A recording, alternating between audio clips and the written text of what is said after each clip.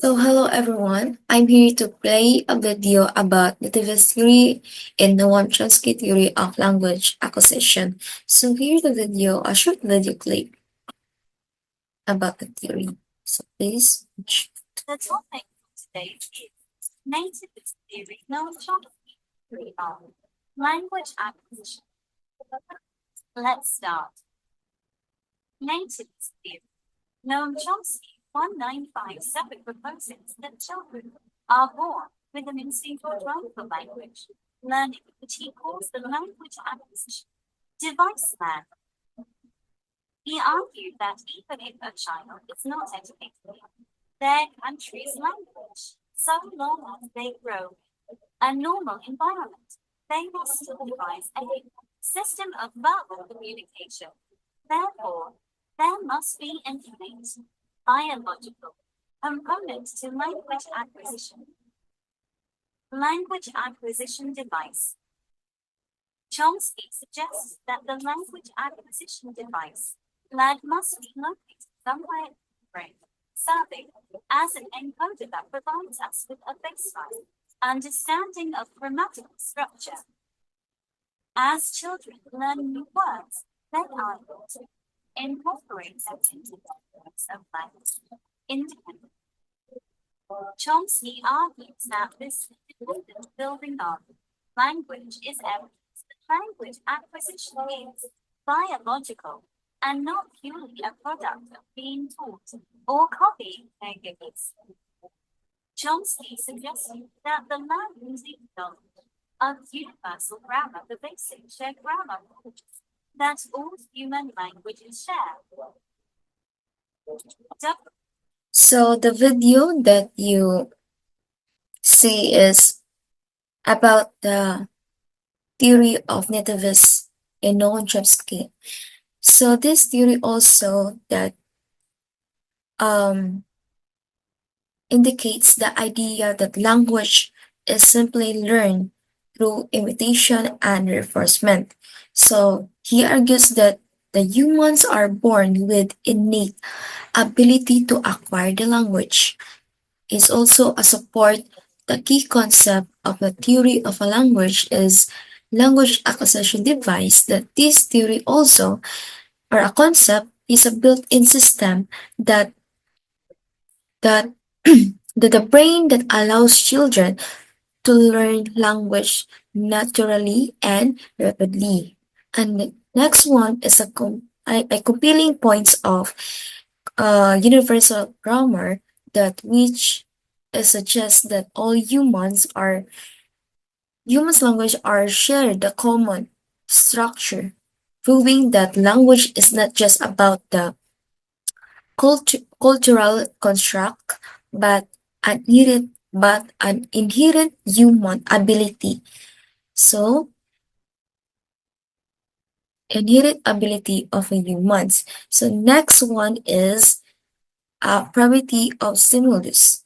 That this theory also or the concept that the children are master a complex grammar even without being explicitly taught by the parents. If the language were poorly learned from the environment, this will not be a possible. This proves also that the language is something we just pick up. It's something we are born to do. So Chomsky, the theory is a fundamental reshape how we think about a human intelligence, proving that the language is defining the trait of our species or pre-programmed about into our mind from the birth.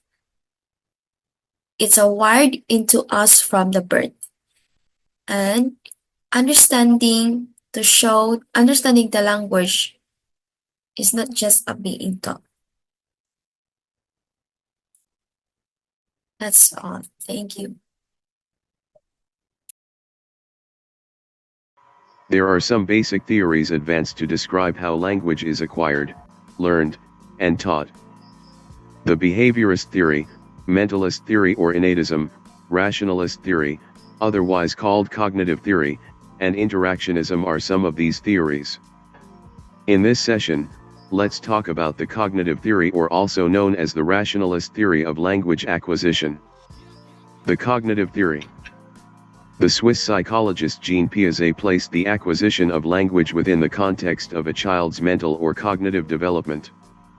He argued that a child has to understand a concept before he or she can acquire the particular language form which expresses that concept. In relation to language acquisition, a good example of this is seriation. There will be a point in a child's intellectual development when he or she can compare objects with respect to size. This means that if you gave the child a number of sticks, he or she could arrange them in order of size. Piaget suggested that a child who had not yet reached this stage would not be able to learn and use comparative adjectives like bigger or smaller. Object permanence is another phenomenon often cited in relation to the cognitive theory. During the first year of life, children seem unaware of the existence of objects they cannot see. An object which moves out of sight ceases to exist. By the time they reach the age of 18 months, children have realized that objects have an existence independently of their perception. The cognitive theory draws attention to the large increase in children's vocabulary at around this age, suggesting a link between object permanence and the learning of labels for objects. In his cognitive development theory, there are 4 stages of development.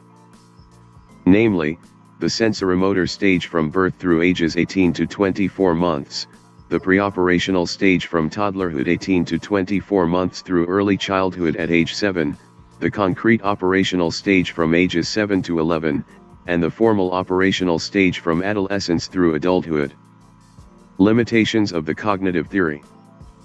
During the first year to 18 months, connections of the type explained above are possible to trace, but, as a child continues to develop, so it becomes harder to find clear links between language and intellect. Some studies have focused on children who have learned to speak fluently despite abnormal mental development. Syntax in particular does not appear to rely on general intellectual growth.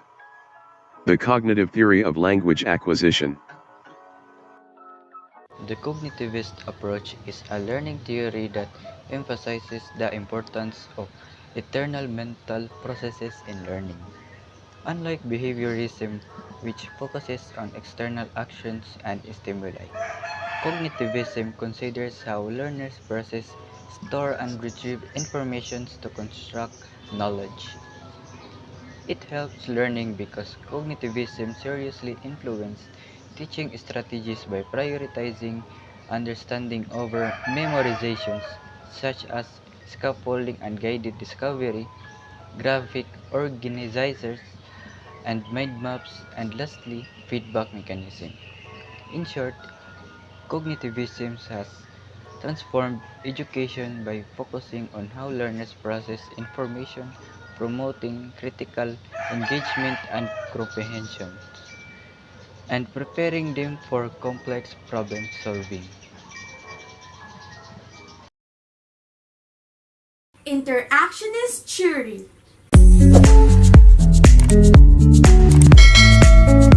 Hey guys, welcome back to my channel. This is me again, Teacher Pauline, and today let's talk about interactionist theory. The interactionist approach or sociocultural theory combines ideas from sociology and biology to explain how language is developed.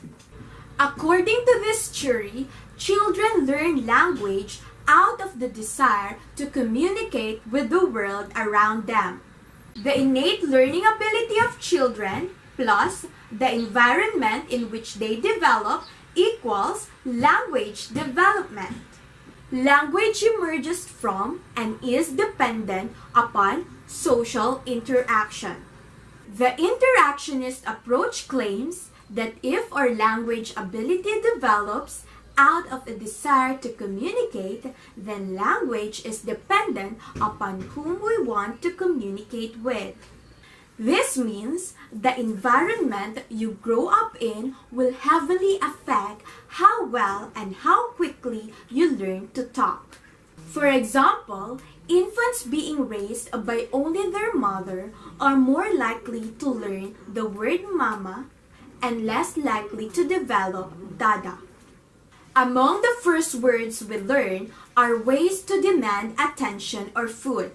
If you've ever tried to learn a new language, you may recognize this jury's influence. Language classes often teach commonly used vocabulary and phrases first and then focused on building conversations rather than simple rote memorization.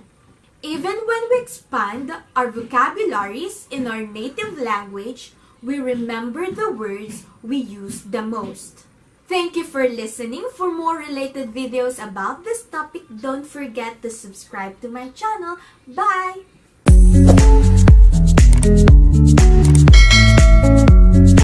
So good day, Mom. Praise be Jesus and Mary. I'm here to discuss about my assigned topic, which is the interactionist theory. Based on the video that I watch or the source that I watch, interactionist theory, also known as interactionism. It explains how individuals interact with each other and their environment to create meaning and construct some reality. So this theoretical framework asserts that social interaction is a fundamental and the meaning is created through interaction. So with reality being constructed through shared meanings. So the interactionist theory is we can get the meaning or the conversation through each other that we talk or someone we talk about. So individuals are seen as active agents who negotiate meaning. So negotiating some ideas or meanings about the conversation. So the context plays a crucial role in shaping social interaction. So it develops sociologists like Herbert Blumer, Irving Goffman, and Howard Becker. So they say that interactionist theory has implications for understanding some social behavior, as challenging dominant narratives and informing social policy, but also it faces critics for overemphasizing individuals' agency and lacking generalizability. So my implications about the interactionist is based on the word understanding social behavior. So interactionist theory helps explain how social interaction shapes individual behavior and the society. So it talks about the individuality's behavior based on the society, or it talks about the behavior in the society, and the challenging dominant narratives. In interactionism, it highlights the importance of considering the multiple perspective and challenging dominant of the narrative. So aside from that, my implications about this is the word informing social policy. The interactionist theory can inform social policies by emphasizing the need to consider the social context and interaction that shapes individual and behavior. So that's all for my explanation, and thank you.